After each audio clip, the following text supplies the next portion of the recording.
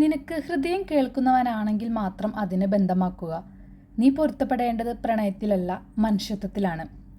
ഈയിടെ നമ്മുടെ ഇടയിൽ ടോക്സിക് റിലേഷൻഷിപ്പിൽ അകപ്പെട്ട് ആത്മഹത്യ നിരക്ക് കൂടിക്കൊണ്ടിരിക്കുകയാണ്. ടോക്സിക് ജീവിതത്തിൽ നിന്ന് രക്ഷപ്പെടാൻ പെണ്ണും ആണും മുന്നോട്ട് വരണം. ഈയിടെ യുഎയിൽ 2 പെൺകുട്ടികളാണ് പീഡനത്തിനിരയായി ആത്മഹത്യ ചെയ്തത്. ബെൽറ്റ് കൊണ്ടടിക്കുക, ഷവർമ വായിൽ കുത്തിക്കയറ്റി പീഡിപ്പിക്കുക, ഇസ്തിരിപ്പെട്ടി വെച്ച് പൊള്ളിക്കുക തുടങ്ങുന്നു പീഡനങ്ങൾ. നമ്മുടെ ലൈഫ് ടോക്സിക് എൻവയോൺമെൻറ്റിലാണ് എന്ന് മനസ്സിലാക്കുന്ന നിമിഷം മറ്റുള്ളവർ എന്ത് വിചാരിക്കുമെന്ന് പറഞ്ഞുകൊണ്ട് നോക്കി നിൽക്കാതെ തീരുമാനങ്ങളെടുത്ത് മൗനമായി ആ അവസ്ഥയിൽ നിന്ന് സമാധാനത്തോടെ പിന്മാറുക.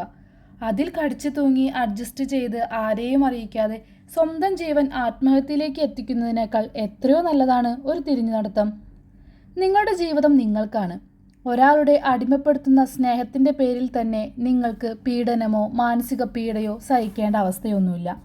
ചിലർ പ്രണയം എന്ന പേരിൽ നിങ്ങളെ നിയന്ത്രിക്കാൻ ശ്രമിക്കും. മറ്റു ചിലർ വിവാഹത്തിൻ്റെ കുരുക്കിലായിരിക്കും കൊടുക്കുന്നത്. അതിനാൽ ലിംഗഭേദമില്ലാതെ അതീവ ജാഗ്രതയോടെ മുന്നോട്ട് പോകണം. ആകെയുള്ളൊരു ജീവിതമാണ്, അത് സന്തോഷത്താലും സമാധാനത്താലും ജീവിക്കൂ. ഏത് ബന്ധവും ആരംഭിക്കും മുമ്പ് വ്യക്തിയുടെ മനസ്സറിയാൻ ശ്രമിക്കുക. നിങ്ങളുടെ സുരക്ഷിതയും സ്വതന്ത്രതയും വേണമെന്ന് പറയാൻ ഭയം തോന്നരുത്. ഒരു ബന്ധത്തിൽ അനീതിയും അസൂയയും ഭീഷണിയും ഉണ്ടെങ്കിൽ അതൊരു ബന്ധമല്ല, തടവറയാണ്. അവിടെ നിന്ന് മുക്തിയെടുക്കുക. സഹായം തേടാൻ ഭയം ഒരിക്കലും കാണിക്കരുത്. നമ്മളിൽ പലരും പുറത്ത് ഒറ്റയ്ക്ക് ശാന്തരായി ജീവിക്കുന്നു. പക്ഷേ ഉള്ളിൽ എന്താണ്? ഉള്ളിൽ പൊട്ടിക്കരയുന്ന ഒരാളുണ്ട്, ചോദിക്കാതെ സഹിച്ചു കൊണ്ടിരിക്കുന്ന ഒരാൾ. എങ്കിലും അതിനെ സഹിക്കുക മാത്രമല്ല, അതിനോട് പോരാടുക എന്ന ധൈര്യവും നമ്മൾ വളർത്തണം.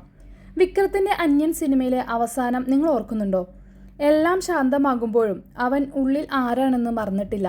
അവൻ കുറ്റവാളികളെ നിശബ്ദമായി ഇല്ലാതാക്കുന്നവൻ. നല്ലത് തന്നെ, പക്ഷേ ട്രീറ്റ്മെൻറ്റിന് ശേഷം അവൻ പൂർണ്ണമായും പഴയ അവസ്ഥയിലേക്ക് എത്തുന്നതായും കാണിക്കുന്നുണ്ട് സിനിമയുടെ അവസാനം. എന്നാൽ തെറ്റ് കാണുമ്പോൾ ഉള്ളിലെ അന്യൻ വീണ്ടും ഉയർത്തെഴുന്നേൽക്കുന്നു. ഇതിനെ നമുക്ക് വേണമെങ്കിൽ പോസിറ്റീവായിട്ട് കാണാം. അതേപോലെ വടക്കുനോക്കി യന്ത്രത്തിലെ ശ്രീനിവാസിൻ്റെ തളത്തിൽ ദിനേശിൻ്റെ കഥാപാത്രം ഒന്ന് ചിന്തിച്ചു നോക്കൂ. അയാളുടെ ഇൻസെക്യൂരിറ്റീസ്, ഭാര്യയെ സംശയിക്കാനുള്ള സ്വഭാവം എല്ലാം അതിൻ്റെ അമിതാവസ്ഥയിലേക്ക് പോകുന്നു. ഈ കഥാപാത്രം ക്ലിനിക്കിൽ പോയി ചികിത്സ നടത്തി, പക്ഷേ പിന്തുടരുന്ന ജീവിതത്തിൽ വീണ്ടും അതേ ടോക്സിക് മാനസികാവസ്ഥയിൽ തന്നെ തുടരുന്നു. അതുകൊണ്ട് തന്നെ ചികിത്സ പോലും ഒരാൾക്ക് മാറ്റം വരുത്താൻ കഴിയില്ല, അവൻ ചിന്തകൾ മാറ്റാൻ തയ്യാറാകാത്ത പക്ഷം എന്നതാണ് ഈ 2 കഥകളുടെയും സാരം. ചിലർക്ക് ടോക്സിക് സ്വഭാവം ഹിഡനായി ഉണ്ടാകും. അത് മനസ്സിൻ്റെ ഒരു അവസ്ഥയാണ്. ശിക്ഷിക്കപ്പെടുമെന്ന് തോന്നുമ്പോഴും ചികിത്സയ്ക്ക് പോയാലും ചിലർ മാറ്റം വരുത്താറേ ഇല്ല. ആരെയും മാറ്റാൻ നമുക്ക് കഴിയില്ല. പക്ഷേ നമ്മൾ ആരുടെ കൂടെയാണ് ജീവിക്കേണ്ടത് എന്നുള്ള തീരുമാനം നമുക്ക് എടുക്കാനുള്ള അവകാശമുണ്ട്. ആൺകുട്ടികൾക്കെതിരെ ടോക്സിക് ആകുന്ന പെൺകുട്ടികളിൽ നിന്നും പെൺകുട്ടികളെ ടോക്സിക് എൻവയോൺമെൻറ്റിൽ എത്തിക്കുന്ന ആൺകുട്ടികളിൽ നിന്നും പുറത്തു കടക്കുക. മാറ്റത്തിനായുള്ള തയ്യാറെടുപ്പില്ലെങ്കിൽ അവരിൽ നിന്ന് പിന്മാറുക. അതാണ് ആത്മസംരക്ഷണം. മനസ്സിനുള്ള പ്രതിരോധ ശക്തിയാണ് നമ്മുടെ രക്ഷ. നിങ്ങളുടെ സ്വപ്നങ്ങൾ, നിങ്ങൾക്ക് ഉദ്ദേശിച്ച ജീവിതം, അതിൽ വിശ്വസിക്കൂ, അവകാശപ്പെടൂ. ഓരോ സ്ത്രീയും ഓരോ പുരുഷനും ഒരു ജീവിതത്തിൻ്റെ പൂർണ്ണ അവതാരമാണ്. ആരുടെയും ഭയം കൊണ്ടും വ്യാജ സ്നേഹത്തിൽ നിന്നും നിങ്ങളുടെ സ്വാതന്ത്ര്യം വിട്ടുകൊടുക്കേണ്ടത് ആവശ്യമില്ല. ജീവിതത്തിൽ വരാവുന്ന പ്രതിസന്ധികൾ ഒരാളുടെ സഹോദരനോ ഭർത്താവോ ബന്ധുവോ ഭാര്യയോ വഴി വന്നാലും അതിനു മുമ്പിൽ അടിയറവ് വെക്കേണ്ടതില്ല.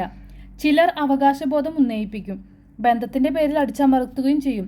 എന്നാൽ അതിനും അതീതമായി നിങ്ങളുടെ ഉള്ളിലുള്ള ശക്തി നിങ്ങളെ രക്ഷിക്കാനുള്ളത് തന്നെയാണ്. ചിലർക്ക് വീട്ടുകാരോട് തുറന്നു പറയാൻ പേടിയാണ്. ചില വീട്ടുകാരാണെങ്കിൽ മക്കളുടെ ജീവിതത്തേക്കാൾ വലുത് മറ്റുള്ളവർ എന്തു വിചാരിക്കും എന്നുള്ള ആശങ്കയിൽ അവരോട് അഡ്ജസ്റ്റ് ചെയ്യാൻ പറയുന്നു. ഇങ്ങനെയുള്ള അവസ്ഥയിൽ ആത്മഹത്യ പോലും എളുപ്പമായി തോന്നുന്നു. പക്ഷേ ഓർമ്മിക്കൂ, ആത്മഹത്യ ചെയ്യുമ്പോൾ ആർക്ക് പോയി? അവനവന് പോയി.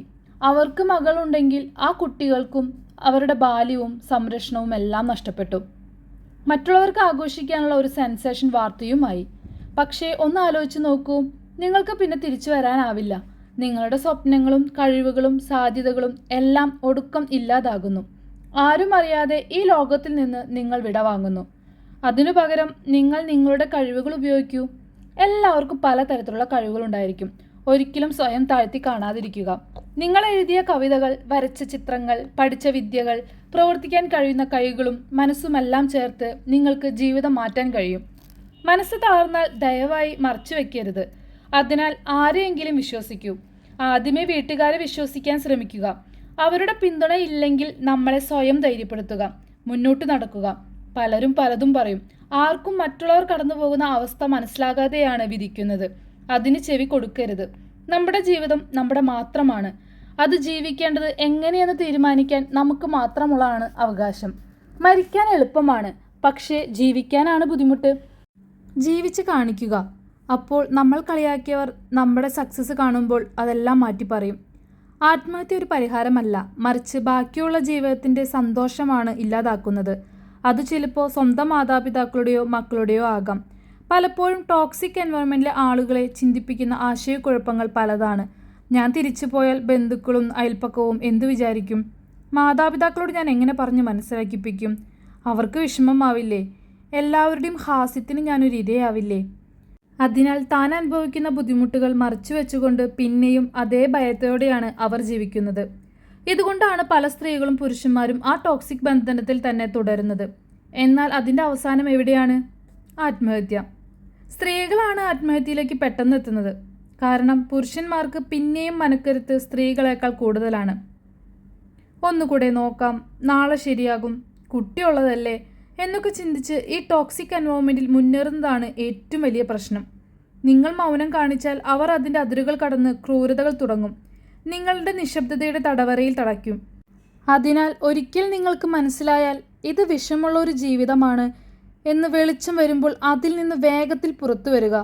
അപ്പോൾ തന്നെ നിലപാട് വ്യക്തമാക്കി പറയുക, ഇത് ഞാൻ സഹിക്കില്ല. ജീവിതം ഒരിക്കൽ മാത്രം നൽകപ്പെട്ടതാണല്ലോ. അതിനാൽ അത് മറ്റൊരാളുടെ മനോഹരമായ കഥയായി തീരാൻ അനുവദിക്കരുത്. അതിനെ നിങ്ങൾക്ക് വേണ്ടിയുള്ള വിജയ കഥയാക്കി മാറ്റുക. ആത്മഹത്യ ഒരു പരിഹാരമല്ല, ജീവിച്ചു കാണിക്കുക, സക്സസ് ആവുക. സുഹൃത്തുക്കളെ, ഈ വീഡിയോ ഒരു പുതിയ ചിന്ത നൽകാൻ കഴിയുന്നുണ്ടെങ്കിൽ ഷെയർ ചെയ്യുക. ഇനിയും നല്ല ആശയങ്ങൾ അറിയുവാനായി ഈ ചാനൽ സബ്സ്ക്രൈബ് ചെയ്യാൻ മറക്കല്ലേ.